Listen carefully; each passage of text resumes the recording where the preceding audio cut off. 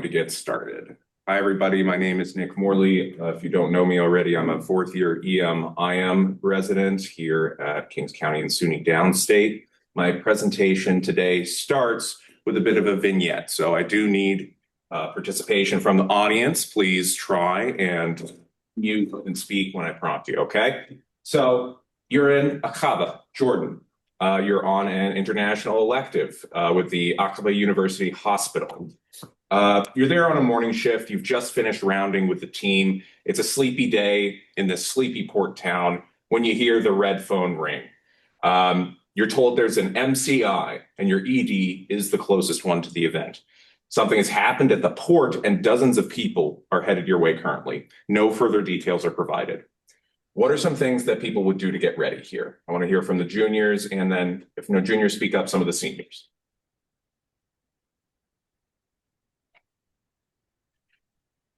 In the chat, I'm hearing assign roles. Absolutely, sure. We need to assign roles and delegate tasks early on. Anybody thinking about some higher level things that you might want to do?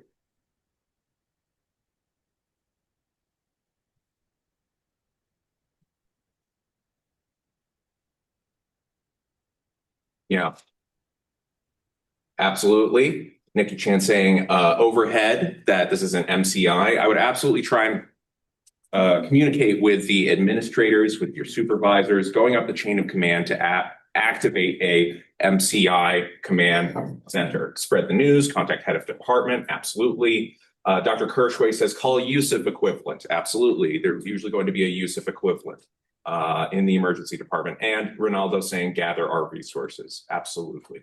So you do all of that, you're preparing, and you activate the response system. The hospital admin tells you to start getting a decon center set up outside of the emergency department, and they are requesting help not only from other departments in your hospital, but also from other hospitals around the area.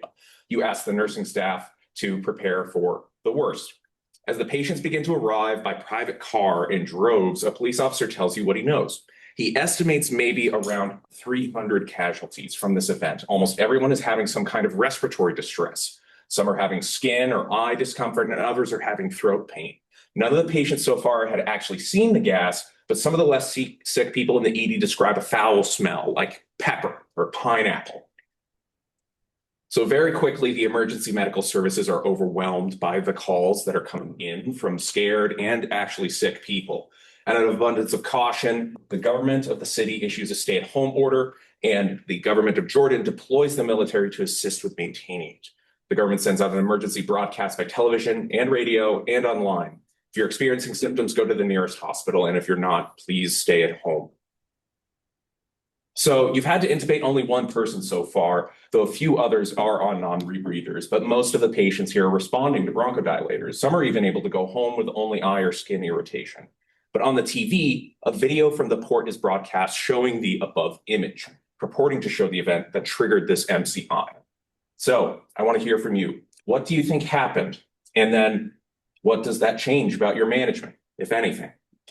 Any guesses?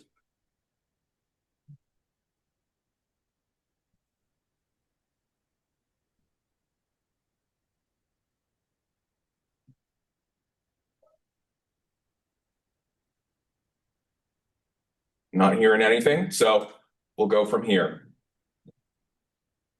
This is chlorine gas. This is my presentation, Chlor Competency on Chlorine Gas Accidents, Attacks, and the Possibility of Antidotes. This is a real case from Aqaba, Jordan that occurred in 2022, an accidental chlorine gas exposure. So with this presentation, I want to talk about what is chlorine gas, how does it affect us, how do we manage it in the emergency department, and why do I think you need to know about it? So let's get into it. Here's a quick table of contents, history, pathophysiology, epidemiology, management, other cases, and our conclusion. So I like history. Here's a little start. Chlorine is a halogen. It is halogen meaning salt forming. It's highly reactive. It's twice as heavy as air, gaseous at room temperature, but is usually found in the form of solid salts. It was first isolated, though not identified, by the Swedish scientist Carl Wilhelm Scheele here with a little etching that you can see in 1774, While combining muriatic acid, old term for hydrochloric acid, which had long been used to corrode and work with metals by alchemists since the 9th century, with manganese dioxide. He noticed that the gaseous product of this reaction, bleached litmus paper, was lethal to insects, had a foul smell, and had a yellow-green color. It started to be used for bleaching textiles based on these things as early as the 1780s. The first person to actually say, hey, I think this is actually an element and that we can't split it any further, was the British surgeon Humphrey Davy. He defined it as an element and suggested the name chlorine, coming from the Greek word for yellow-green.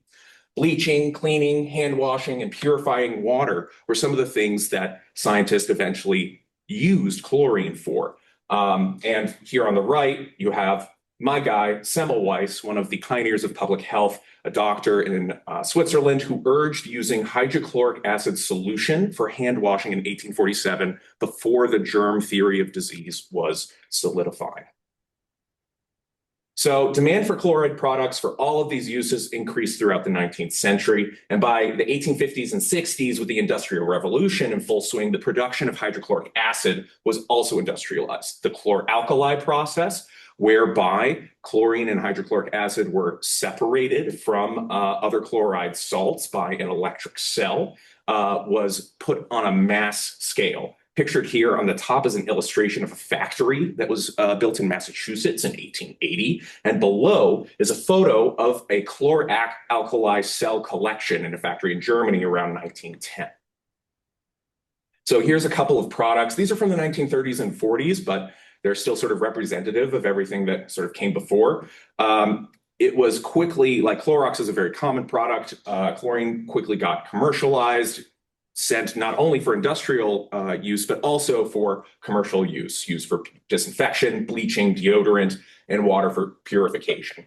As early as the 1820s, before it was even industrialized, it was used to treat called putrefaction, or, obvious signs of contamination in hospitals. So there was a sort of general sense that, hey, this does have some sort of antibiotic, antimicrobial properties before we even knew what that meant. So we come to World War I. Chlorine's irritating qualities are well known from accidents and ingestions from the experimental phase and the industrial production phase at this time. World War I was this grinding slugfest between the imperial powers in Europe that led to a stalemate with trench warfare due to the developments of things like machine guns and artillery. So all the great powers started trying to figure out what are other things that we can use to try and break this stalemate. Chemical weapons became one of the things that they tried. The French tried to use tear gas, didn't really work. The Germans tried to use chemical weapons on the Russian front, but it was too cold there and the gas did not disseminate. However, in Belgium, Ypres, Belgium, 1915, the first documented use of chlorine gas as a weapon occurred. So basically, chlorine was very common. It was industrially produced. Germany was the largest producer of chemicals in the world at this point.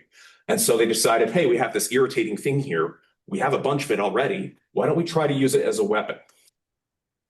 So at Ypres, in the afternoon, when the wind conditions were right, the German military released 400 tons of chlorine gas from 5,700 canisters. The resultant gas cloud was nearly 4 miles wide, 50 feet high, and hundreds of yards deep. It then proceeded towards the French line. This is a quote from a memoir of a Canadian soldier who was next down the line from the French soldiers. Dusk was falling from when the German trenches in front of the French line rose that strange green cloud of death. The light northeasterly breeze wafted it toward them, and in a moment, death had them by the throat. One cannot blame them that they broke and fled. In the gathering dark of that awful night, they fought with the terror, running blindly in the gas cloud and dropping with breasts heaving in agony, in the slow poison of suffocation mantling their dark faces. Hundreds of them fell and died. Others lay helpless, froth upon their agonized lips and their racking bodies powerfully sick with tearing nausea at short intervals. They too would die later, a slow and lingering death of agony unspeakable. The whole air was tainted with the acrid smell of chlorine that caught at the back of men's throats and filled their mouths with its metallic taste. I just think this is a very accurate description of both the medical effects of an acute chlorine exposure and also the long-term effects that these are things that we should be aware of going forward. So How does this work? Pathophysiology of chlorine, like I said, it's a halogen gas, meaning salt forming. It is an anion in its pure elemental form, lacking a single electron to fill its valence shell, if you remember chemistry. It readily binds to itself, but will react more readily with other elements as well, particularly hydrogen and oxygen, meaning water. So hydrochloride has a pKa of -7. When hydrochloride is formed during a reaction of chloride with water, then it basically gives off tons of hydrogen ions. Now, this is important because it means that hydrochloric acid is a strong oxidizer. It creates reactive oxygen species when it comes into contact with our wet mucosa. Reactive oxygen species are in cells a kind of form of communication. They alter mitochondrial DNA, they compromise the electron transport chain, and they lead to a calcium influx that the cell thinks that it is dying and actually leads to cell death. And an inflammatory cascade then results. So another property of chloride gas that makes it so dangerous, but also something that you can recognize that you're experiencing due to the warning effects, is that it is only intermittently water soluble. It can travel down your respiratory system if there is a sufficient quantity without being totally bound in your mouth or throat. Not a good situation. So for sort of concentration level effects, multiple studies have been done by safety regulators and the US military. At 1 to 3 parts per million, you can get irritation of the skin and eyes, nothing very serious. NIOSH, our occupational safety national standard organization, states 10 parts per million as the level at which it is a threat to health or life. Around 15 parts per million, you are likely going to experience pulmonary symptoms, respiratory distress, pulmonary edema, and possibly ARDS. At over 400 parts per million, if you're exposed to a concentration of that high over 30 minutes, you're almost certainly going to die.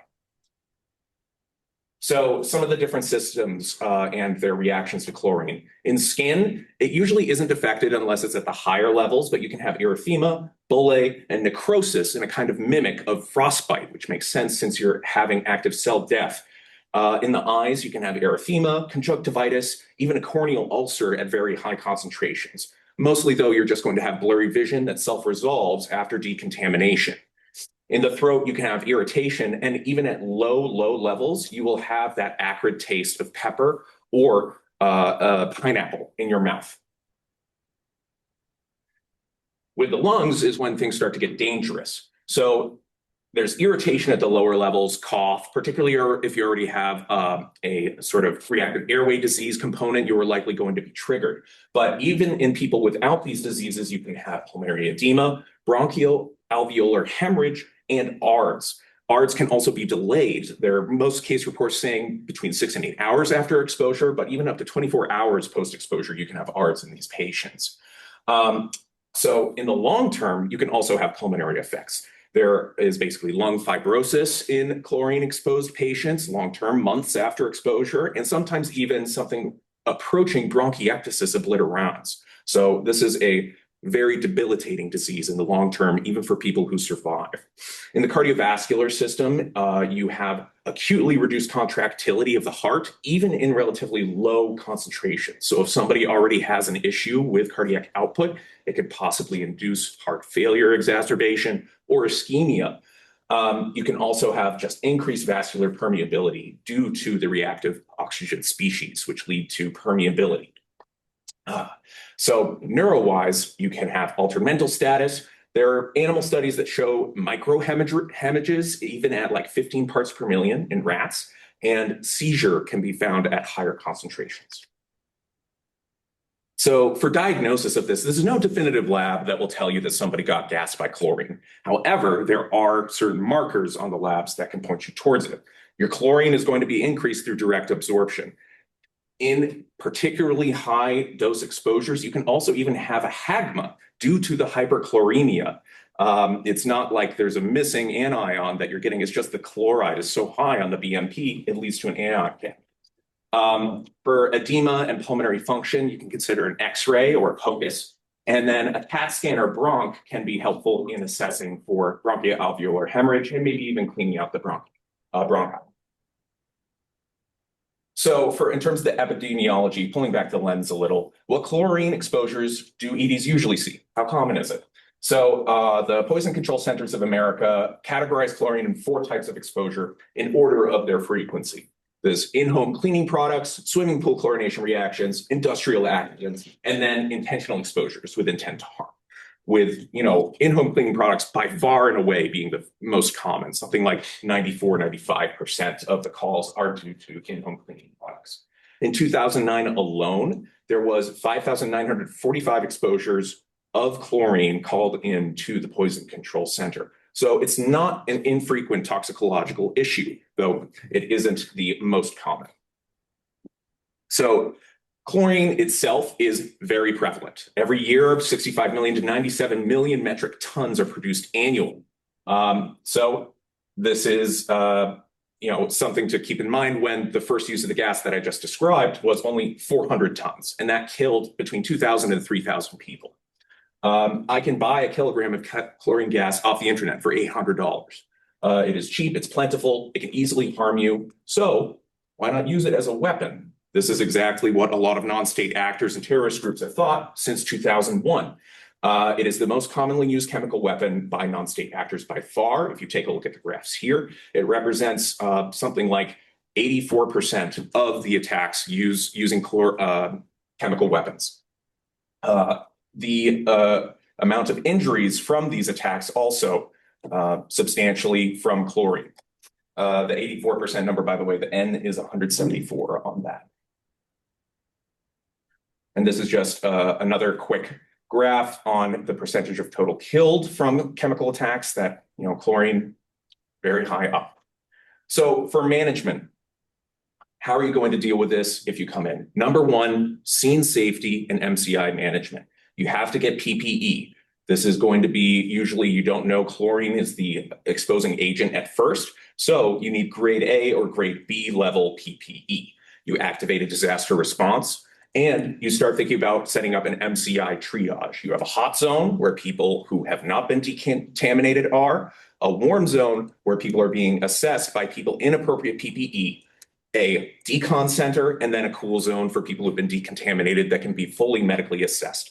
In that warm zone, you should consider tagging based on resources, meaning black tag systems for people who are too far gone in order to be saved with the resources that we have at hand. I have to emphasize again and again, decon is essential in order to prevent further injury to both the patient and ourselves. And be aware of wind. In another case that we'll go over, there was a case of wind changing direction at a site and EMS workers being harmed. So when you actually get them into the cool zone, they've been deconned, you do the management you know best, supportive care ABCs. So for airway in particular, if you see somebody who's already in respiratory distress, they already seem to have crackles on their exam, consider intubation early. Bronchodilators, though, have been able to reverse the airway inflammation, at least temporarily. There is possibly a role for steroids. There are also animal studies that show a benefit and nothing really in humans because this is such an infrequent happening. And there are some studies that show a benefit to nebulized sodium bicarb to directly bind and counteract hydrochloric acid. There's only one small RCT that looked at it, and there was no significant difference between the groups, but further studies are needed. So a prognostic factor that can determine whether somebody's going to deteriorate requiring intubation or possibly leading to death is if they have prior reactive airway disease. So this is an important factor to get in your history when you have somebody coming in for this exposure. Now, briefly, I have another presentation about this that I could get into if people want to later, but there is a new class of drugs that's being researched called the TRPV4 inhibitors. So this is a drug that was initially sort of researched during the 2000s when some research was being done into endogenous cannabinoid receptors for pain control. In the course of this research, researchers found calcium channels that were implicated in pulmonary function, pulmonary stretch, pulmonary inflammation, and remodeling response. TRPV4 was the channel most implicated. It is basically, it inhibits the reactions caused by reactive oxidative species and leads to a lack of damage, at least in animal models, in mice exposed to chlorine gas, both in the acute phase in terms of the amount of inflammatory markers in the bronchoalveolar lavage fluid, as well as in the long-term phase in terms of lung function afterwards. However, this is a very small study. It's just an animal study. We've only gotten to phase 1 trials with this, so it's not a slam dunk in terms of whether this is a safe drug to use and an efficacious drug to use as an antidote in these cases. So just as a example, this is, set in context, the antagonist for TRPV4 here. Basically, the reactive airway disease is stopped. The calcium influx is stopped by the antagonist. This is also implicated in a bunch of other lung diseases, including ILD, COPD, and asthma. So it's a very interesting drug class, something to look forward to in the future. So what are some cases of chlorine gas that have happened, and how have emergency departments responded to it? So in 2005, probably the most well-known chlorine gas exposure in the United States occurred in Graniteville, South Carolina. 2 trains collided due to an issue with the rail switching mechanism, releasing 900 pounds of chlorine gas. 9 were dead in the surrounding area, and around 200 were injured. I wanted to highlight this case because during the EMS response, nobody had PPE on. And when the wind shifted, a dozen EMS workers that didn't have PPE were exposed to chlorine gas and became patients themselves. PPE is very important when responding and also when decontaminating these patients. So this is a couple of pictures from Iraq, where chlorine, starting in 2004, became a weapon of choice for combined explosions and also chemical exposures attacks by the Iraqi insurgency. There were something like 13 or 14 attacks in between 2004 and 2007, using relatively small bombs attached to chlorine tank trucks. So just those trucks that you see like going over to refill a pool's cleaning system, you just strap a bomb on there and it becomes a chemical weapon. In 2014 and 2017, Daesh also, or aka the Islamic State, incorporated chlorine gas into mortars and IEDs as well. Doctors said that mostly this didn't lead to fatalities, but that it led to panic and a disproportionate EMS response to these particular attacks. So basically leading to an activation of these systems and a usage of resources more than actual fatalities. And in Syria, the government used chlorine and sarin gas against both military and civilian targets. Basically, you can see here the quote-unquote barrel bomb design for chlorine, which was essentially welding a couple of fins onto a chlorine gas canister. And the Islamic State also used these chlorine stores in the war in Syria. And most recently, in August of 2025, in Karbala, Iraq, a water treatment facility leaked chlorine gas during a Shia pilgrimage. Around 600 people were exposed and treated for respiratory issues. But because of the EMS presence already on scene, there were no fatalities. So a quick and prompt response and having an idea of what could be going on can lead to a reduction in mortality. And that brings us back to our original case. So this was a chlorine gas container being loaded onto a container ship in Aqaba, Jordan. As a result of this accident, 13 people died, around 265 were injured. The lockdown was placed on the entire city, including the port, which stifled economic activity for at least the day. And 2,000 first responders were scrambled to respond. A full medical response evaluation isn't really available in the literature, so I can't really speak to how the medical system responded and how it handled this MCI. I can talk to the root causes, though. So the ICHCA, which is an international regulatory body for transport, did its investigation that looked at the sling carrying the container of chlorine. The sling was rated for 8 tons of carrying. The container weighed 29 tons. They found a bunch of other deficiencies as well, both in regulatory and supervisory issues. The Jordanian Chemical Engineers Society also did their own root cause analysis, which is something that we should always do when we have some sort of MCI or even just an adverse event in our hospitals. Inadequate equipment, training and competency deficiencies, Communication failures, disregard for safety procedures, and inadequate management oversight were the main root causes that they identified in this issue. There were no supervisors on site. Nobody was trained in safety. Nothing was marked. And this is basically a perfect storm that led to this accident and mortality and morbidity. So the RCA recommended accountability from government agency that was responsible for loading those containers and the individuals responsible for the accident. Recommended training new leaders and a strict culture of safety adherence and standards with regular checks that those standards are being followed. Those changes are still being carried out by Jordan today. So some take-home points. Chlorine is cheap, it's dangerous, and it can easily cause MCIs, even in an accident.